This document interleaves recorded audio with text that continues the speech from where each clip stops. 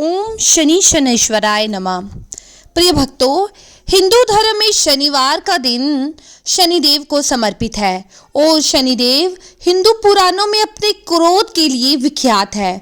माना जाता है जिस पर शनिदेव कुपित हो जाते हैं उसकी दुर्गति शुरू हो जाती है। संसार में हर समस्या का समाधान है, लेकिन शनिदेव के क्रोध से पार पाने का कोई उपाय नहीं। यही कारण है कि भक्ति से अधिक भय के कारण सारा संसार शनिदेव की पूजा करता है।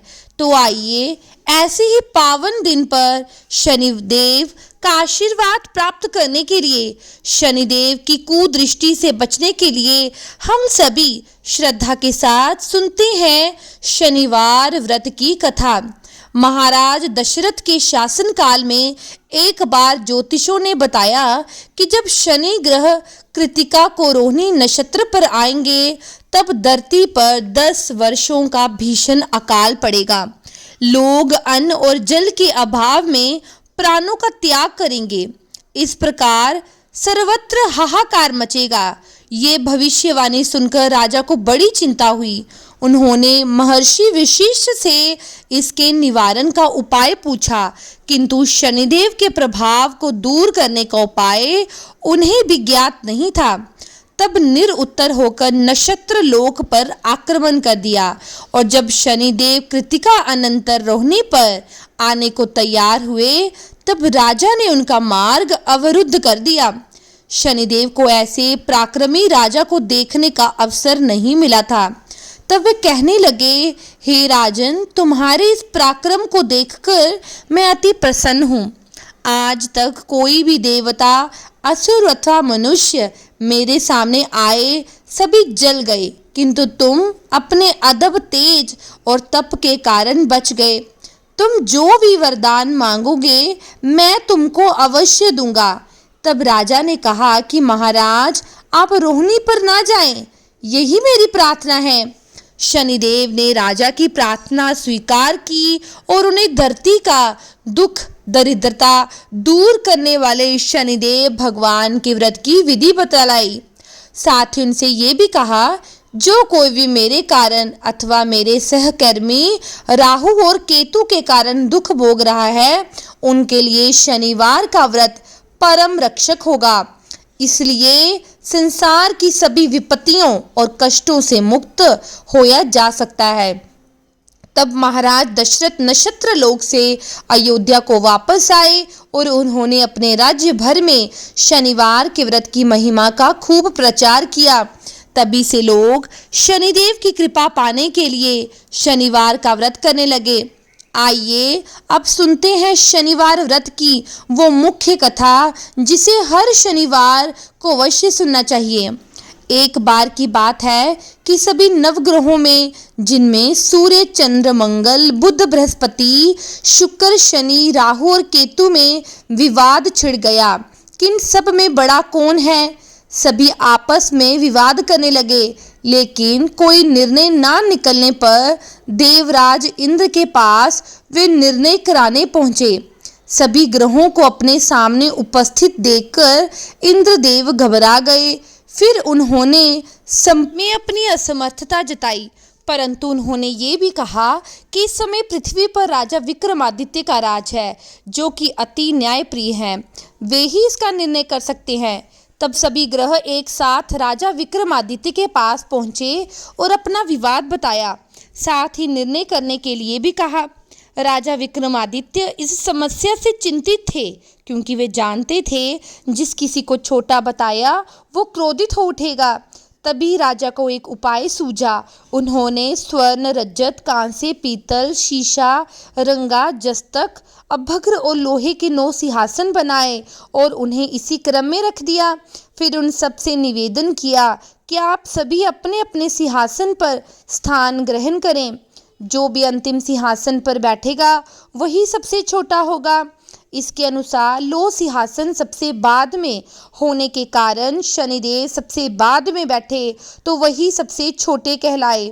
अब शनिदेव को लगा कि राजा ने ऐसा जानबूझकर किया है, तो वह क्रोध में आकर राजा विक्रमादित्य से बोले, राजा तो मुझे नहीं जानता। सूर्य एक राशि में 1 महीना, चंद्रमा 2.25 दिन, मंगल 1.5 महीना, बृहस्पति 13 महीने, बुध और शुक्र 1-1 महीने, लेकिन मैं 2.5 साल तक किसी एक राशि में विचरण करता हूँ। बड़े बड़ों का मैंने विनाश किया। श्री रामचंद्र की जब 7.5 आई तो उन्हें वनवास मिला। रावण की आई तो लंका को वानरों की सेना से हारना पड़ा। तुम भी सावधान रहना। ऐसा कहकर शनिदेव कोपित होकर वहां से चले गए। अन्य ग्रह भी खुशी खुशी चले गए। कुछ समय बाद राजा की 7.5 आई तो शनिदेव भगवान स्वयं घोड़ों के सौदागर बनकर आए। उनके पास बहुत सारे बढ़िया घोड़े थे।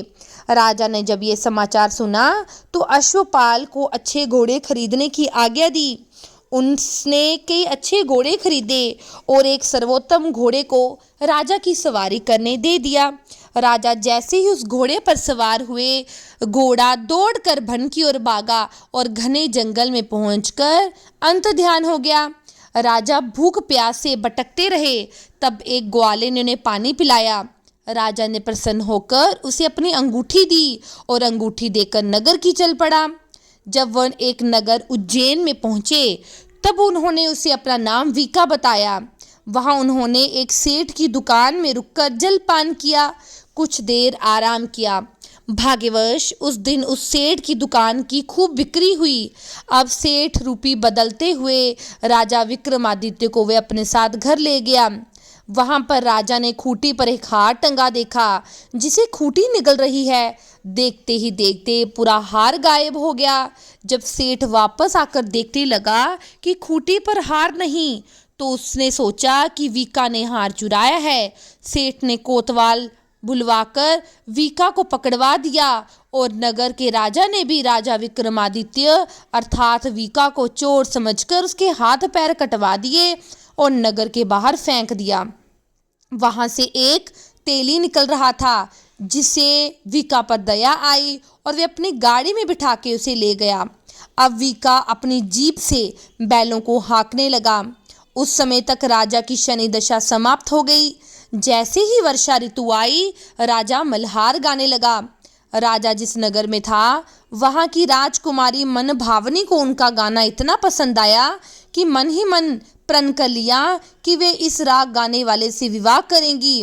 राजकुमारी ने दासी को राग ढूंढने गाने वाले को ढूंढने भेजा। तब दासी ने बताया कि वो एक चुरंगिया अर्थात अपाहिज है, परंतु राजकुमारी नहीं मानी। अगले ही दिन वह भूख प्यास त्याग कर अनशन पर बैठ गई कि विवाह करेगी तो उसी से करेगी। बहुत समझाने पर भी जब राजकुमारी नहीं मानी तो राजा ने उससे तेली को बुला भेजा और विवाह की तैयारी करने को कहा। फिर तो उसका विवाह राजकुमारी से हो गया। एक दिन सोते हुए सपने में शनिदेव ने राजा को दर्शन देकर कहा कि राजन, देखा तुमने मुझे छोटा बताकर कितना दुख झेला। तब राजा ने उससे क्षमा मांगी और प्रार्थना करते हुए कहा कि शनिदेव, जैसा दुख मुझे दिया वैसा किसी को मत देना। तब शनिदेव मान गए और कहा कि जो मेरी कथा और व्रत करेगा उसे मेरी दशा में कोई दुख नहीं होगा। जो व्यक्ति रोज मेरा ध्यान करेगा, चींटियों को आटा डालेगा, उसकी भी सारी मनोकामनाएं पूरी होंगी।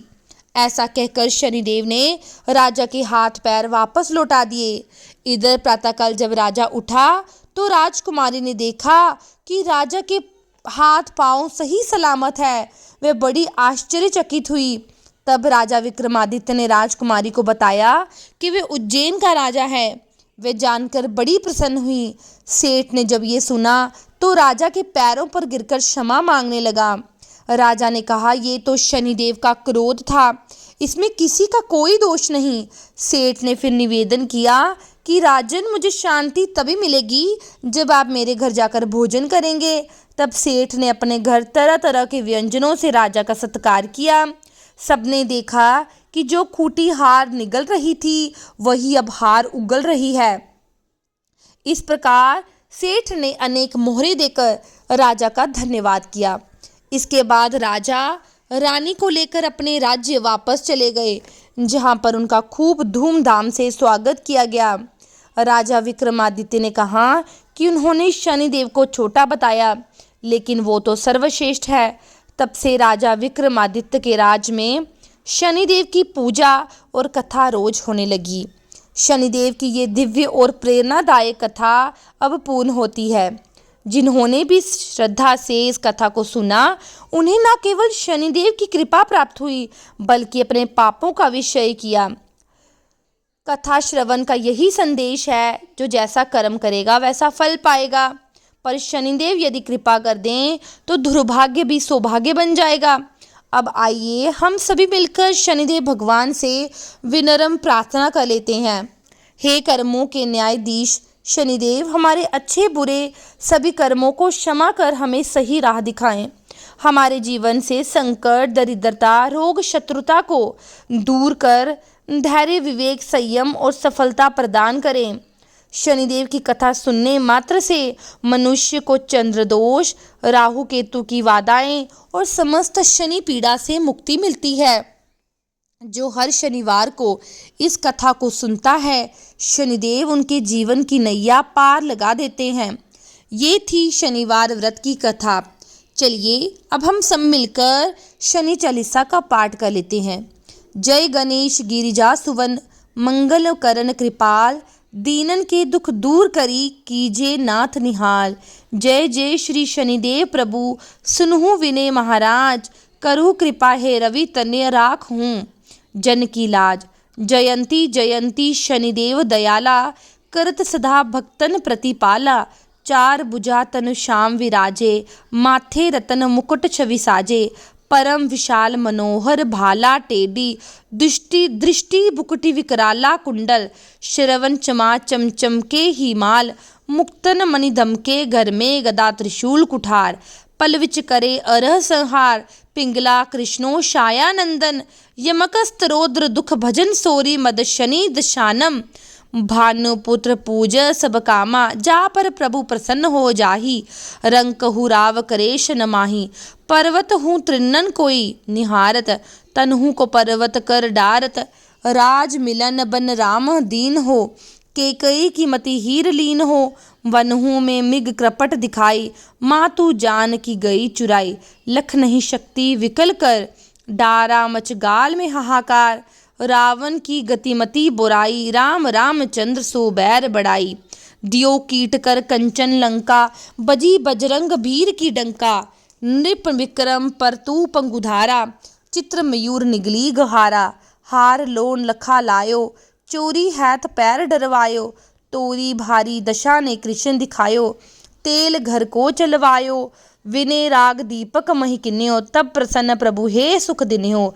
हरीश्वर नपनार विकानी, आप हो बरे डोम घर पानी। कैसे नल पर दशा सिरानी, बूझी मीन कूद गई पानी। श्री शंकर ही गयो जब जाई, पार्वती को सती कराई। तनिक विलोकत कर रीसा, नव उड़ गयो गोरी सुत सीसा। पांडव पर भय दशा तुम्हारी, बची द्रौपदी होत उधारी। कौरव के भी गति मति मार्यो, युद्ध महाभारत कर डार्यो। रवि कह मुख में धरी तत्काला, लेकर कूदी परियो पाताल। शेष देव लख विनती लाई, रवि को मुख दे दियो छुड़ाई। वाहन प्रभु के साज सुजाना, जग दिग्गज गर्तब मृगरवाना। जम्बुक सिंह आदि नखारी, सो फल ज्योतिष कहे पुकारी। गजवाहन लक्ष्मी ग्रह आवे हैते, सुख संपत्ति उपजावे गर्दव। हानि करे बहु काजा सिंह, सिद्ध कर श्राज समाजा जम्बुक। बुद्धि निष्ठ कर डारे मृगदे, कष्ट प्राण संहारे जब आवह। प्रभु सवारी चोरी आदि, होय डर भारी तेस चार चरण ये नामा। स्वर्ण लो चांदी अरुतामा, लोह चरण पर जब प्रभु आवे। धन जन संपत्ति नष्ट करावे, वे समता ताम्र रचत शुभकारी। स्वर्ण सब सुख मंगल भारी, जो ये शनि चरित्र नित गावे। कबू न दशा निकिष्ट सतावे, अद्भुत नाथ दिखावे लीला, करे शत्रु के नशिबल ढीला, जो पंडित सुयोग्य बुलवाई, विधिवत शनि ग्रह शांति कराई, पीपल जल शनिदी दिवस चढ़ावत, दीप दान दे बहु सुख पावत, कहत राम सुंदर प्रभुदासा, शनि सुमिरत सुख होत प्रकाश, पाठ शनीश्वर देव की हो भक्त तैयार करत, पाठ 40 दिन हो भव सागर पार। जय शनि महाराज की, जय शनि महाराज की। मैं उम्मीद करती हूँ आपको ये कथा अच्छी लगी होगी। अगर आपने इस कथा को अंत तक देखा है तो चैनल को लाइक शेयर सब्सक्राइब करना ना भूलें और कमेंट सेक्शन में ओम शनि शनि देवाय जरूर लिखें।